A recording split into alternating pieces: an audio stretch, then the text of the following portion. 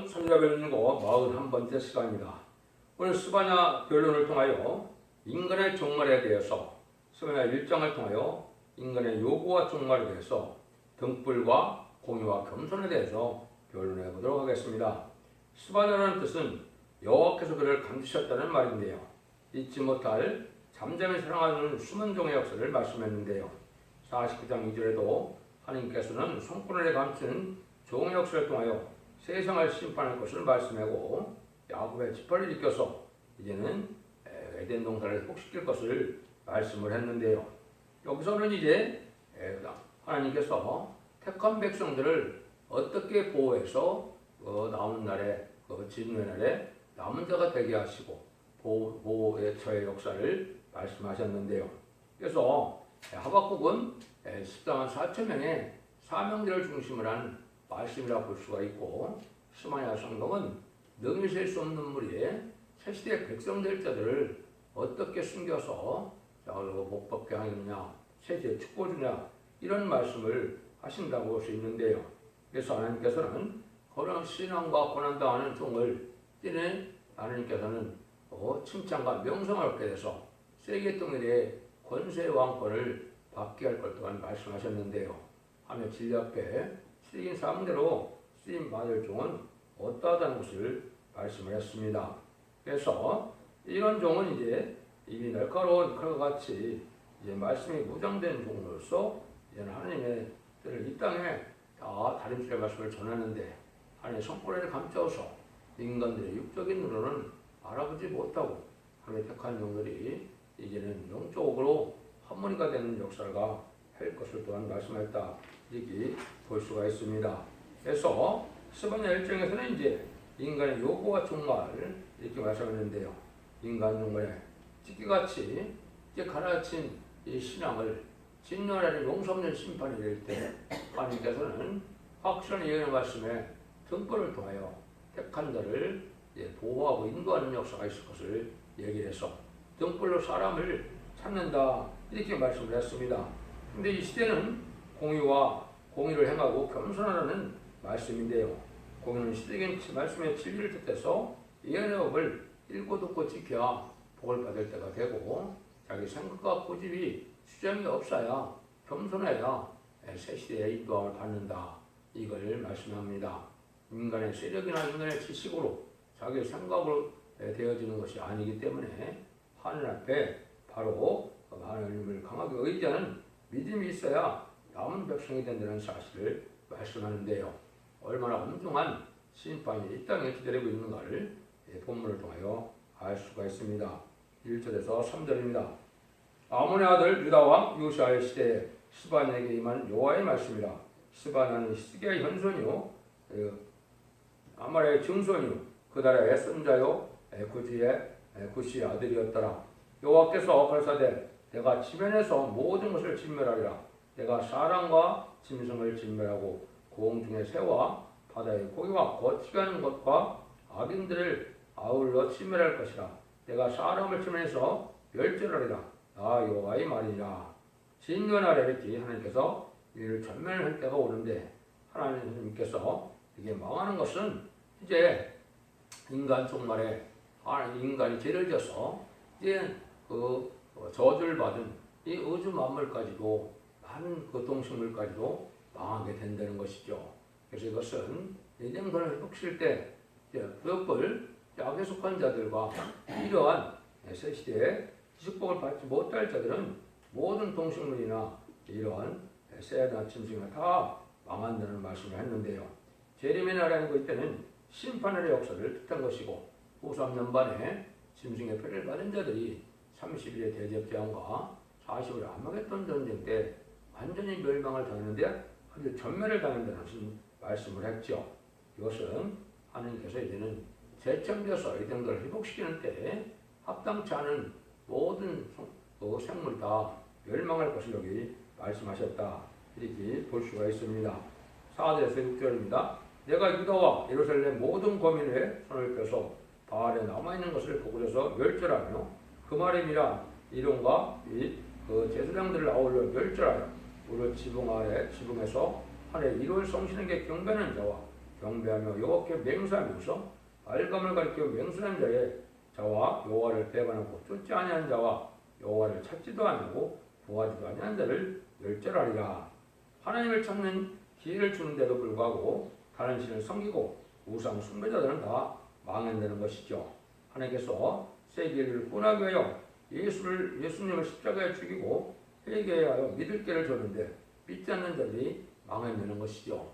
또 인간 중간에는 다른 줄의 변론을 통하여 마지막 사랑의 변론을 공부를 해서 이 변론의 말씀을 읽고 듣고 지키면 원죄자분들을 해결해서 자손만대에 에덴 축복을 주신다는 말씀의 경고도 받지 않는 자들은 망하는 것이 합당하다 이 말입니다.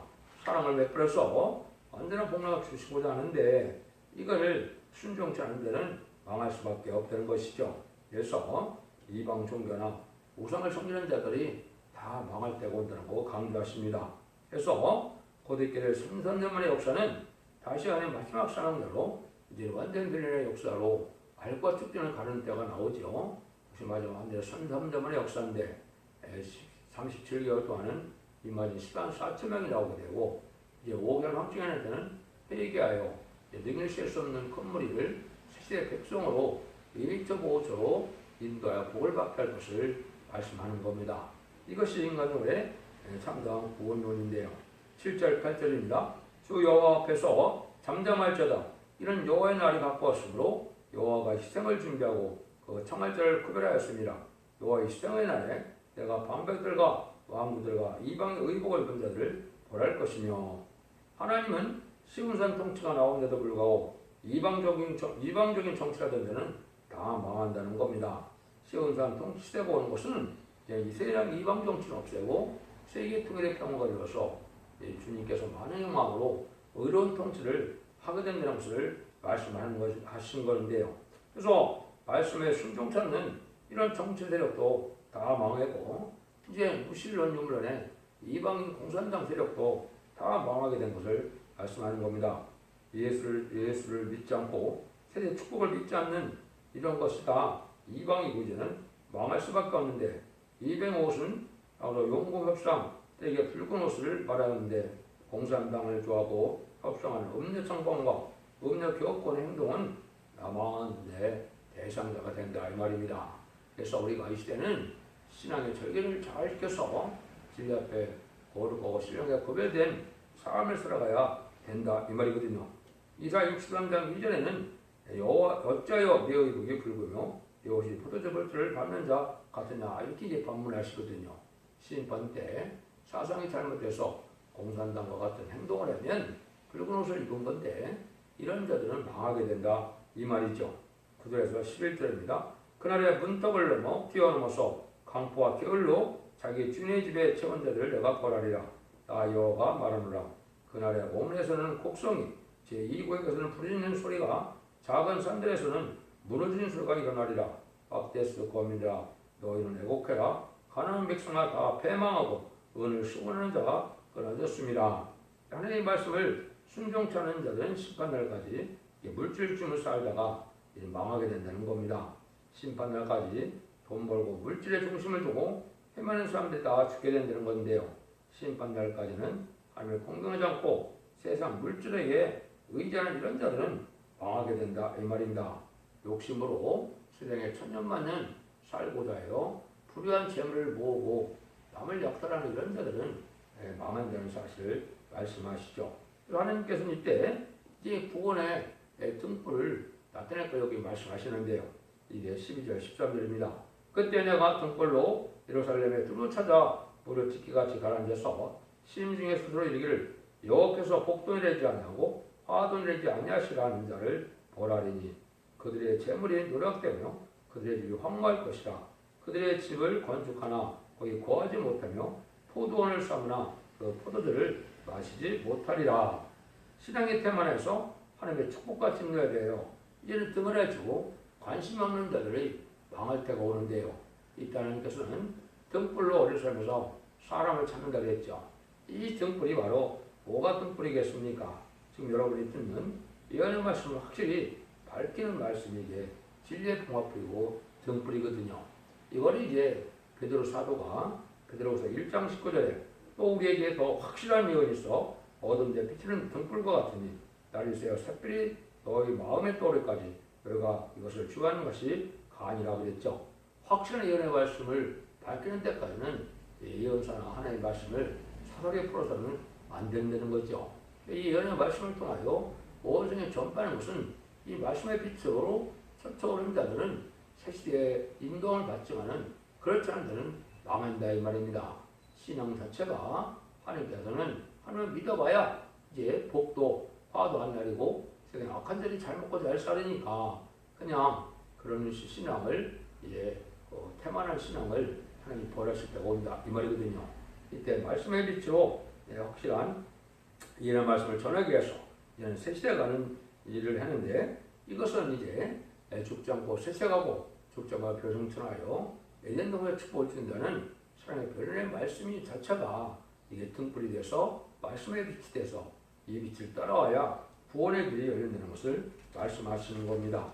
그래서 온 세상은 흑암이 가리고 캄캄함이 만일 가리운 때가 돼서 지금은 바로 이 말씀의 빛으로 색색하는 말씀의 비밀을 깨닫는 것이 이 시대 참된 빛이고 이 시대 참된 신앙이라는 걸 여러분이 아셔야 되는데요. 14절입니다. 여호와의 큰 날이 가깝도다. 가깝고도 심히 빠르도다. 여호와의 날의 소리로다. 용서가 거기서 심히 애곡하도다. 이것은 이제 진의 날에는 심판의 날이기 때문에 용사들도 통곡하게 된다. 정한 때가 되면 아주 빠르게 진행된다 이 말이죠. 지금은 인간 종말이어서 마지막 한일에 이제는 1300년 반, 후 3년 반 남겨두고 있는 시점에 우리가 살고 있는데요. 구원의 역사는 1300년의 역사로 끝나기 때문에 이것이 진행될 때는 아주 빠르게 진행되는 때가 온다 이거죠.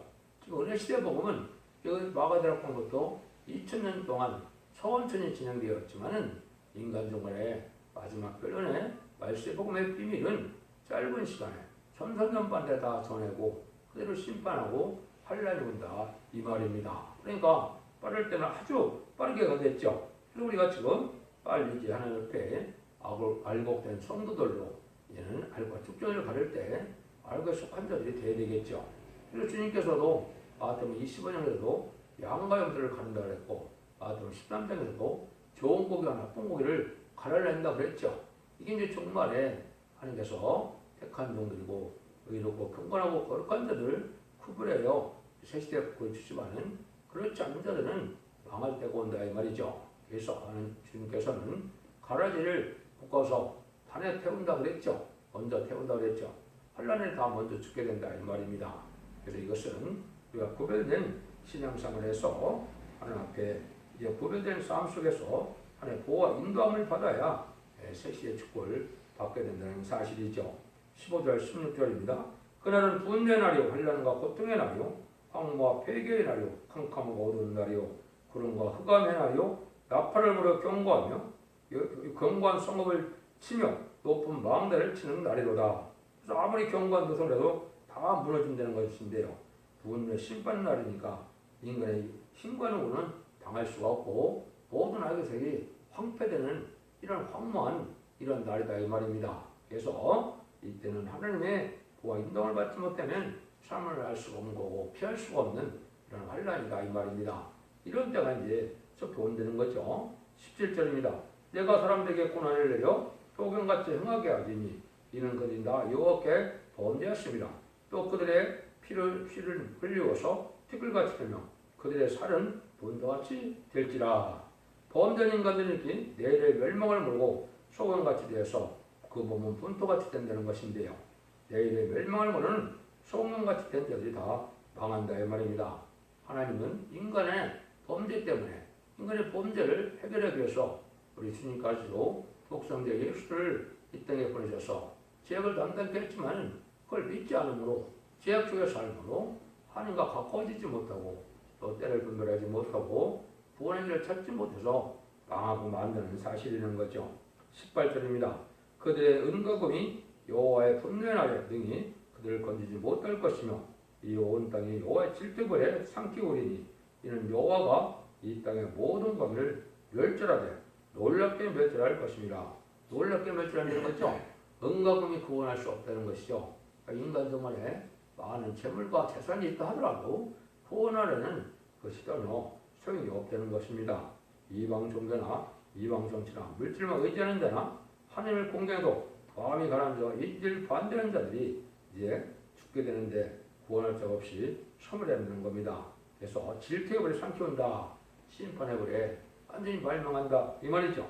그래서 이런 것들이 지금 이 시대에 필요한 때인데 그래서 야고보 4장 4절에 보면 세상을 사는 것은 이게 그 음녀가 되는 거라고 그랬죠. 간음하는 일이라고 그랬죠. 야고보서 5장 1절에서 4절도 보면 부원들에게 고통할 때가 온다 이 말이죠. 말세의 날에 재물을 쌓는데 결국 은가금이 녹슬었다 이 말이죠. 필요 없는 재물이 되게 많다 이 말이죠. 그래서 인간 종말에는 그가 의롭고 경건하고 정직하고 깨끗하게 사는 삶이 되어야 되는데 세상의 물질에 의해서 속화되고 부패된 이런 삶을 살게 되면 망해서 아무도 이제 구원받지 못한다 이 말이거든요. 이때 이제 구원받는 방법을 여기는 특별히 2장에서 말씀하셨어요. 2장 1절 3절까지만 봅니다. 수치를 모르는 백성아 모일저다 명령이 시행되기 전 광미 겨같이 따라가기 전 여호와의 진노가 너에게 임하기 전 여호와의 분노의 날이 너에게 이르기 전에 그리할지어다. 여호와의 규례를 지키는 세상의 모든 겸손한 자들아 너희는 여호와를 찾으며 공의와 겸손을 구하라. 너희가 혹시 여호와의 분노 날에 순경을 얻으리라. 인간이 이제 인간은 정말에 하나님을 믿으려면은 여기 보니까 뭐라고 그랬습니까? 이제 아주 빠르게 심판의 날 분명히 날이 와서 다 멸망당하는데 그러기 위해서 거기서 살아남기 위해서는 우리 보고 뭐래요? 하나님을 찾고 또 이제는 공의와 겸손을 구하라고 그랬죠. 공의는 이제 세긴법인 얘는 말씀을 읽고 듣고 지켜서 하나님의 진리 앞에 순종하는 걸 뜻했고 물론 삶을 사는데도 정직하고 공의롭게 정의롭게 살아야 되는 삶을 뜻하기도 하죠. 그런데 이제 겸손하라 이 말이죠. 이것은 자기 성격과 고집으로 자기 지식으로 살 길을 찾지 말고 하나님 진리 앞에 순종함으로 하나님 의지해서 분노의 순김을 얻어야 살 길이 열린다 이 말입니다.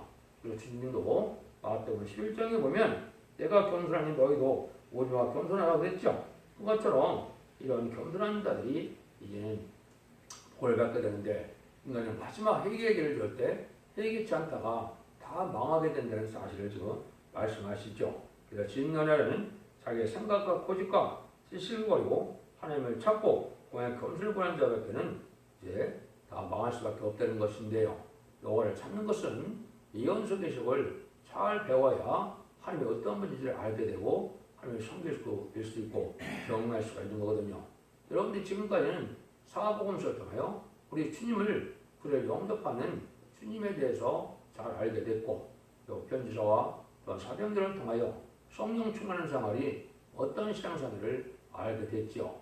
근데 인간 정말에는 이제 예언서기를 통하여 하나님에 대해서 잘 알아야만 새 시대에 축복을 받게 된다는 사실을 여러분이 명심해야 되는 겁니다. 그래서 인간 정말에 아주 진멸되고 전멸되는 동안에 살아남는 방법을 지금 말씀하고 계시죠. 그래서 2장에서는 보호자가 생겨서 이제는 살아날 것을 얘기했고 3장에서는 하나님의 사랑을 받는 자들이 이제는 어려움을 겪지만은 칭찬과 명성을 들어서 하나님의 홀 받는 또한 사명들이 일어날 것을 말씀하셨죠. 심판날들 하나님은 항상 말씀에 순종한 들은 구원의 길을 열어놓고 있다는 사실을 말씀을 통해 알 수 있죠.